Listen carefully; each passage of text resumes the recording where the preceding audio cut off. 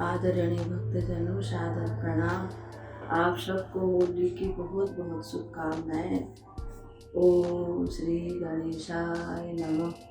ओम श्री सरस्वती नमः। ओम श्री सद्गुरुदेवाय नमः।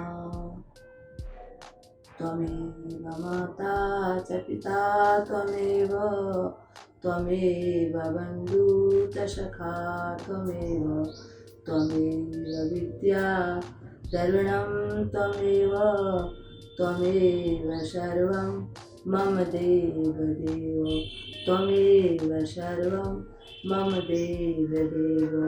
नीलाम्बुजश्याम मलकोमलाङ्गं सीतासमारोपितवामभागं, पाणौ महाशा एकचारुचापं, नमामि रामं रघुवंशनाथं, नमामि रामं रघुवंशनाथं। आदरणीय भक्तजनों, आज हम श्री परशुराम अवतार की कथा सुनेंगे, जो कि भगवान के छठे अवतार की कथा है। एक समय की बात है, जब इस पृथ्वी लोक पर दुष्ट राजाओं का वर्चस्व था, यानी कि दुष्ट और पापी राजाओं का राज्य था। उस समय भगवान के अंश से श्री परशुराम जी का जन्म महर्षि जमदग्नि और उनकी परम सती पत्नी रेणुका के घर में हुआ था। परशुराम जी का पालन पोषण बड़े प्यार से उनके माता पिता ने किया था। उनकी शिक्षा दीक्षा शंकर भगवान ने की थी और उनसे प्रसन्न होकर के उन्होंने उनको एक परशु यानी एक फरसा भी भेंट किया था। उसी समय वहाँ है वंशी एक राजा हुए थे, जिनका नाम था कार्तवीर्यार्जुन। वो भी बड़े पापी हो गए थे। आगे चल करके उन्होंने भगवान दत्तात्रेय की बड़ी तपस्या की और दत्तात्रेय से वरदान पाकर वे बड़े शक्तिशाली हो गए। उन्होंने दत्तात्रेय से ऐसा वरदान मांगा कि जब मैं चाहूँ मेरे हजारों हाथ हो जाए। इसलिए उनका नाम एक ऐसा भी पड़ गया, सहस्त्रार अर्जुन। इस नाम से भी वे विख्यात हुए।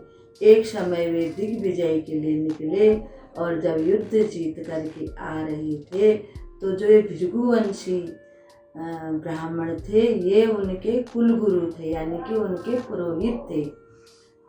रात हो गई। कार्तवीर्य ने सोचा चलो अपने पुरोहित गुरुजी के दर्शन करते हुए राजमहल की तरफ बढ़ें। जब वे वहाँ पहुँचे, गुरुजी को बड़ा आनंद आया कि हमारे यजमान आए हैं। उन्होंने उनको वहीं रहने का आग्रह किया। महर्षि जमदग्नि जी ने कहा, हे राजन, आप इतनी दूर से आए हुए हैं, आपके साथ सेना भी है, सब लोग थके हुए से दिखते हैं, आज रात आप यहीं विश्राम कीजिए। तब सहस्त्रार्जुन ने कहा, हे गुरुदेव, इतने सारे सिपाही हैं, इनका कैसे आप करोगे? इनको भूख भी बहुत लगी हुई है, ये बहुत थके हुए भी हैं। तब गुरुजी ने कहा, यानी कि जमदग्नि जी ने कहा कि सबके लिए सब कार्य हो जाएगा, आप बिल्कुल भी चिंता मत कीजिए, अच्छी से अच्छी हम व्यवस्था करेंगे, आप निश्चिंत हो जाइए। तब वे सब वहीं ठहर गए। जैसे ही जलपान इत्यादि सबसे उनका बड़ा आदर सत्कार किया, फिर भोजन का समय आया। उन्होंने अपने पुत्रों को और अपनी धर्मपत्नी रेणुका जी को बुलाया और कहा कि ये हमारे मेहमान हैं, अतिथि हैं, सबका यथा उचित, यानी कि मंत्रियों के लिए, सेनापतियों के लिए, सिपाहियों के लिए, जितने भी हैं सबके लिए, राजा के लिए उन्हीं के अनुसार भोजन, रहने की व्यवस्था, ये सब अच्छी प्रकार से होनी चाहिए। और उनके वहाँ पर एक गाय थी जो ऋषि जमदग्नि की तपस्या से ब्रह्मा जी ने उनको दी थी। उनकी पत्नी गौ माता के पास गई और उन्होंने हाथ जोड़ करके कहा, हे गौ माता, आज हमारे घर में राजा और उनके सिपाही अतिथि के रूप में विराजमान हैं। आप कृपा करके उनके लिए यथोचित सत्कार यानी जो जैसा है उसके अनुसार अच्छी प्रकार से उनके सत्कार की व्यवस्था कीजिए।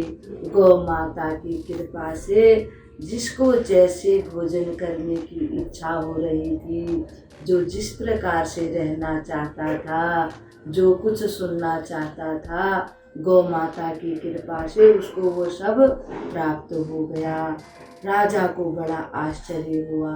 राजा के मंत्रियों को सबको इतना आश्चर्य हो गया कि ये एक साधु होते हुए एक छोटी सी कुटिया में रहने वाले इनके पास इतना ऐश्वर्य कहाँ से आ गया, यानी कि इतनी धन संपत्ति कहाँ से आ गई।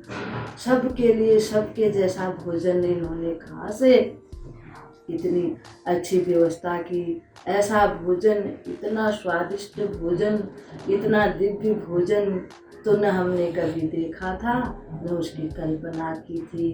राजा और मंत्री गुरुजी के पास गए और कहने लगे कि हे गुरुदेव, इतनी अच्छी व्यवस्था आपने कैसे कर दी, हम तो बड़े आश्चर्यचकित हो गए हैं। तब गुरुजी ने कहा कि ये सब हमारी जो नंदिनी नाम की गौ माता है, इन्हीं की कृपा से हमको प्राप्त हुआ है।